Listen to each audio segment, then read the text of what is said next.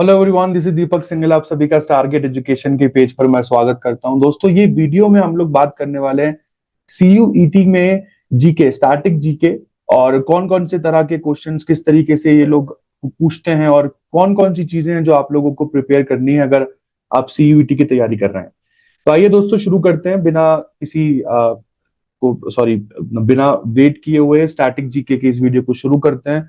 Series of videos मैं आप लोगों के लिए लेके आऊंगा, चैनल पर अपलोड होगी। तो आपको बता दूं, ये पार्ट 1 है केवल स्टैटिक जीके की वीडियो का, जिसमें मैं आज आप लोगों के सामने अवार्ड्स लेकर आने वाला हूं।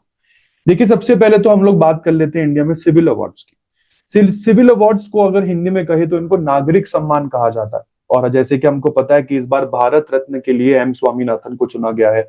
इनके साथ साथ लाल कृष्ण आडवाणी को चुना गया है ना।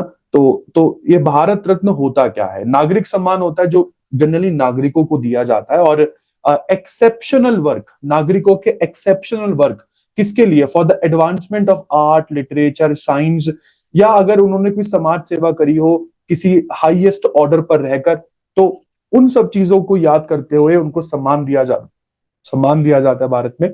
और भारत का सबसे उच्च दर्जीय नागरिक सम्मान अगर कोई है तो that is called Bharat Ratna. और भारत रत्न के बाद जो दूसरा सबसे बड़ा नागरिक सम्मान या सेकंड हाईएस्ट सिविल अवार्ड अगर इंडिया में है तो दैट इज पद्म विभूषण।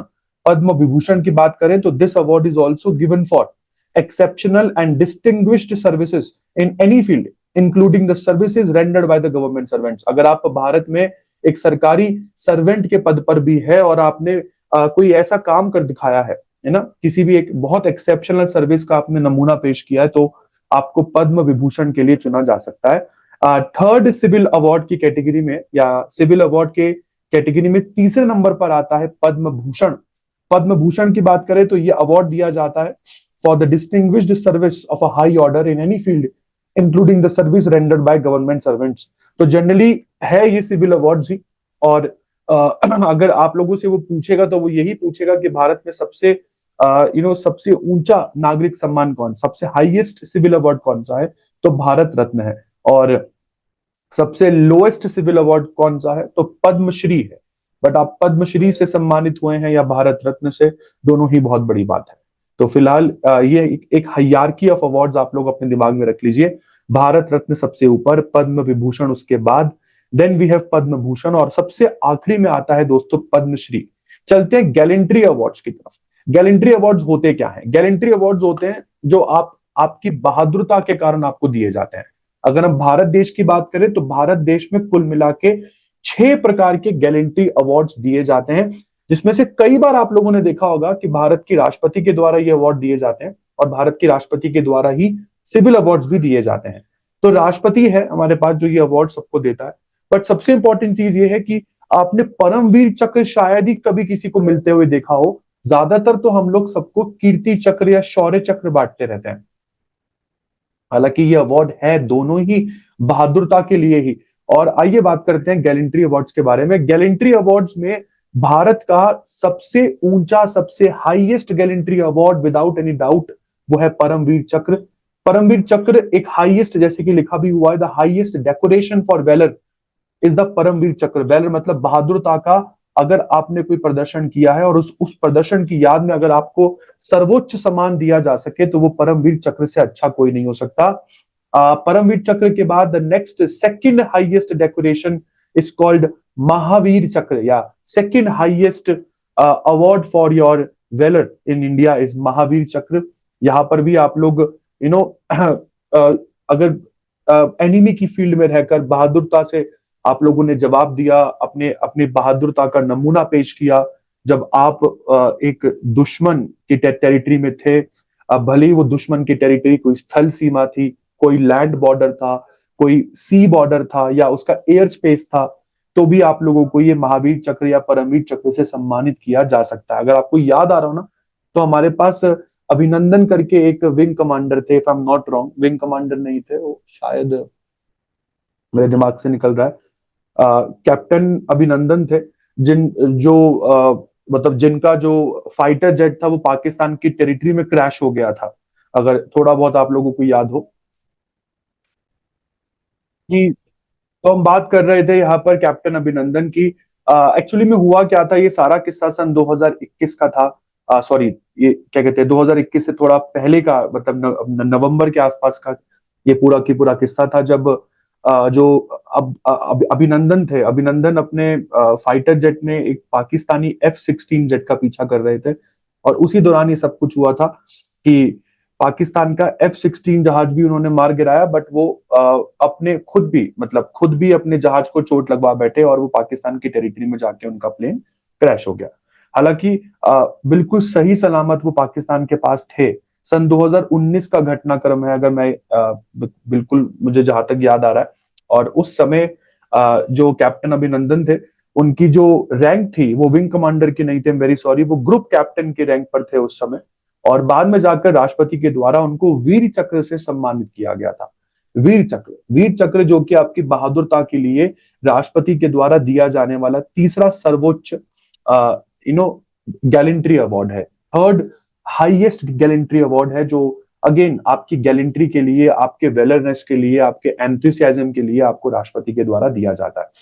उसी तरीके से दोस्तों गैलेंट्री अवार्ड में चौथे नंबर पर आता है अशोक चक्र, पांचवें नंबर पर आता है शौर्य चक्र, और sixth number and the last number of gallantry award is called Kirti Chakra. Kirti चक्र हम लोग बहुत बार देते हैं, या ये कह लीजिए हर 26 जनवरी की परेड के दौरान राष्ट्रपति के द्वारा कीर्ति चक्र कभी ना कभी हर साल अनाउंस किए ही जाते हैं, कुछ सैनिकों के लिए, कुछ हवलदारों के लिए। तो यहाँ पर बहुत इंपॉर्टेंट है, गैलेंट्री अवार्ड्स इंडिया में 6 है। जिस तरीके से आप लोगों ने सिविल अवार्ड्स की कैटेगरी याद करी थी, जिसमें सबसे पहले था भारत रत्न, दूसरा था पद्म विभूषण, तीसरा था पद्म भूषण, और चौथा था पद्मश्री। उसी तरीके से गैलेंट्री अवार्ड्स की कैटेगरी भी आप लोगों को याद रखनी है, जिसमें पहला है परमवीर चक्र, दूसरा है महावीर चक्र, तीसरा है वीर चक्र, और चौथा है अशोक चक्र। इसी के साथ पांचवा है शौर्य चक्र, और छठा है कीर्ति चक्र। चलते हैं कुछ और इंपॉर्टेंट पॉपुलर अवार्ड्स को डिस्कस करते हैं, जैसे कि ग्रैमी अवार्ड्स। पहली बात आपको बता दूं कि ग्रैमी अवार्ड्स को पहले कहा जाता था ग्रामोफोन अवार्ड्स, है ना, बाद में जाकर इसका नाम ग्रैमी अवार्ड्स पड़ा। इसको प्रेजेंट कौन करता है, तो ये वार्षिक रूप से प्रेजेंट किए जाते हैं national academy of recording arts and science, United states के द्वारा एक संस्था है वहां पर, national academy of recording arts and science, वो ग्रैमी अवार्ड को पेश करती है। Outstanding achievement in music industry, आपको बता दूं म्यूजिक के लिए ये अवार्ड दिए जाते हैं ग्रैमी अवार्ड्स। अगर आपको याद हो तो अभी अनंत अंबानी का एक प्री वेडिंग शूट हुआ था, प्री वेडिंग पार्टी हुआ था जामनगर में, जिसमें रिहाना को बुलाया गया था, तो रिहाना को ग्रैमी अवार्ड मिल चुका है। तो म्यूजिक इंडस्ट्री में आप लोगों को ये अवार्ड दिया जाता है, और इसको पहली बार 1958 में दिया गया। इसके बाद चलते हैं दोस्तों नोबेल प्राइज की तरफ। नोबेल प्राइज जिसकी याद में आज आप देते हैं, that is Alfred Nobel, Alfred Bernard Nobel. और पहली बार इस अवार्ड को सन 1901 में बनाया गया था। आपको बता दूं दुनिया का सबसे अमीर आदमी हुआ करता था कभी एल्फ्रेड नोबल, और बहुत सी चीजों का इन्वेंशन किया था इन्होंने, जिसमें से एक ऐसी चीज थी, मैं आपको बता दूं 200 से ज्यादा चीजों के तो पेटेंट थे इसके पास, जिसमें से एक ऐसी चीज थी जिसका आविष्कार करके अल्फ्रेड नोबल बिल्कुल खुश नहीं था, एंड दैट वाज डायनामाइट। यहाँ पर लिखा भी हुआ है कि डायनामाइट का इन्होंने डिस्कवरी किया था, और उसके बाद 1866 में डायनामाइट के तो वैसे डिस्कवर किया गया था माइनिंग वगैरह में लोगों को हेल्प हो जाए इसके लिए, बट इनको नहीं पता था कि माइनिंग में तो क्या ही हेल्प होगी, लोग डायनामाइट से लोग ही उड़ाने लग जाएंगे। तो ऐसे में उन्होंने लगा कि जितना भी इन्होंने अनाउंस किया कि जितना भी पैसा इन्होंने अभी तक कमाया है, वो सारा पैसा ये लोग उन लोगों को देंगे, या उन लोगों को अवार्ड के रूप में बांटा जाएगा वो पैसा जिन्होंने मानवता के लिए या शांति के लिए कभी कुछ किया हो। इसलिए नोबेल प्राइज को दिया जाता है, और ये नोबेल प्राइज दोस्तों 6 कैटेगरी में दिए जाते हैं। ओरिजिनली पहले ये 5 कैटेगरी में ही दिए जाते थे। इसमें इकोनॉमिक्स वाली कैटेगरी 1967 में बाद में जुड़ी है। तो कौन कौन सी 6 कैटेगरी है, फिजिक्स है, केमिस्ट्री है, देन वी हैव मेडिसिन जिसको आप लोग फिजिशियोलॉजी कहते हैं, चौथी है लिटरेचर, पांचवा है peace, and the sixth is economics. और मेरी बात माने तो नोबेल प्राइज मुझे बहुत हद तक एक वेस्टर्न डोमिनेटेड प्राइज लगता है, क्योंकि ऐसा हो नहीं सकता कि इतनी बड़ी जनसंख्या वाला देश और हम में से कोई ऐसा कोई कभी कुछ कर ही नहीं पाया कि हम लोगों को नोबेल प्राइज आज तक दुनिया में इतने कम क्यों मिले हैं। आप लोगों को मुझे कमेंट सेक्शन में बताना है कि इंडिया का वो पहला इंसान कौन था जिसको नोबेल प्राइज मिला था और किस फील्ड में मिला था। इसके बाद चलते हैं दोस्तों ऑस्कर्स अवार्ड के बारे में बात करते हैं। ऑस्कर्स जो हर एक फिल्म स्टार, हर एक फिल्म का सपना होता है, इसको एकेडमी अवार्ड्स भी कहते हैं। एकेडमी अवार्ड्स ही इसका ओरिजिनल नाम है, लोग इसको ऑस्कर बोल देते हैं। ये एक्चुअली में मेरिट अवार्ड्स हैं जो कि प्रेजेंट किया जाता है हर साल। किसके द्वारा? एम्फेस के द्वारा। एम्पेस क्या है? एम्पेस है the academy of motion picture arts and sciences. Academy of motion picture arts and sciences के द्वारा ये अवार्ड दिए जाते हैं। किसके लिए? To recognise excellence of professionals in film industry including director, actor, writer, किसी को भी आप ये लोग अवार्ड दे सकते हैं अगर आपको उनका काम बहुत ही शानदार लगा हो। पहली बार एकेडमी अवार्ड्स की जो सेरेमनी थी वो मई 16 1929 को की गई थी अमेरिका के होटल रूजवेल्ट में। और यहाँ पर जो पूरी की पूरी सेरेमनी थी उसको होस्ट करने वाले थे एक्टर डगलस फेयरबैंक्स और डायरेक्टर थे विलियम सी डिमिली। कभी कभार पूछ लिया जाता है कि पहले एकेडमी अवार्ड्स फंक्शन में कौन से होस्ट आप लोगों के पास में थे। And then we have the Golden Globe awards. Golden Globe awards की बात करते हैं तो ये अवार्ड्स फेमस इसलिए है क्योंकि आरआरआर फिल्म के जो डायरेक्टर है उनको भी कभी गोल्डन ग्लोब अवार्ड मिला था इंडिया में पहली बार। हिस्ट्री क्रिएट करी थी उन्होंने। तो Golden Globe awards are presented annually. ये भी अवार्ड्स वार्षिक रूप से दिए जाते हैं। किसके द्वारा? हॉलीवुड फॉरेन प्रेस एसोसिएशन, जिसको HFPA कहते हैं। हॉलीवुड फॉरेन प्रेस एसोसिएशन के द्वारा गोल्डन ग्लोब अवार्ड दिए जाते हैं। किसके लिए दिए जाते हैं? To recognise your outstanding achievement in entertainment industry both domestic and foreign. भले एंटरटेनमेंट इंडस्ट्री में आपने काम किया हो, अपने डोमेस्टिक इंडस्ट्री में काम किया हो या इंटरनेशनल इंडस्ट्री में काम किया हो, बट अगर गजब काम किया है तो सर आपको गोल्डन ग्लोब अवार्ड से सम्मानित किया जाएगा। तो आरआरआर जो थी फिल्म उसको ऑस्कर के लिए नॉमिनेट किया गया था। हमको पता है कि किस तरीके से जो नाटू नाटू सॉन्ग था उसने बेस्ट ओरिजिनल कॉम्पोजिशन में या बेस्ट ओरिजिनल म्यूजिक की कैटेगरी में बहुत से अवार्ड जीते थे। यहाँ पर बहुत इंपॉर्टेंट चीज क्या है कि फॉर्मल सेरेमनी और जो डिनर है, जो जब ये the formal ceremony and the dinner at which the awards are presented is a major part of the film industry award season which culminates each year with the academy awards. तो ये एक बहुत important है। पहली बार जो golden globe award थे वो 1944 के जनवरी में दिए गए थे।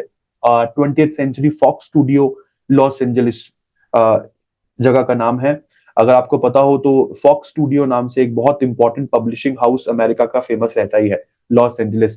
तो वहीं पर पहली बार गोल्डन ग्लोब अवार्ड्स का फंक्शन जनवरी 1944 में ऑर्गेनाइज किया गया था, 20th सेंचुरी के मिड में आप कह सकते हो। और इसी के साथ दोस्तों अगर ये वीडियो आप लोगों को अवार्ड्स पर अच्छी लगी हो तो प्लीज चैनल को सब्सक्राइब किए बिना नहीं जाना। स्टारगेट एजुकेशन के पेज पर पहली बार आए हैं तो वीडियो को लाइक कीजिए, अपने दोस्तों के साथ शेयर कीजिए। नेक्स्ट वीडियो बहुत ही जल्द मैं नेशनल मॉन्यूमेंट्स के ऊपर बनाने वाला हूं और आप लोगों को सारे के सारे नेशनल मॉन्यूमेंट्स इन नेशनल और इंटरनेशनल इंपॉर्टेंस के आप लोगों को पढ़ाऊंगा। इसी जैसे कि मैंने बोला कि ये पार्ट 1 है, rest of the parts are awaited जब तक आप लोगों की एग्जामिनेशन नहीं होती है, क्योंकि हम आपको पता ही है क्योंकि इलेक्शन डेट्स आर आउट। तो अब आप लोगों का एक प्रॉपर स्केड्यूल आउट होने वाला है ना जी। जो एनटीए के चेयरमैन ने बोला था कि हो सकता है कुछ चेंज हो जाए, तो मेरे हिसाब से वो चेंज अब आप लोगों के सामने बहुत जल्द आ जाएगा।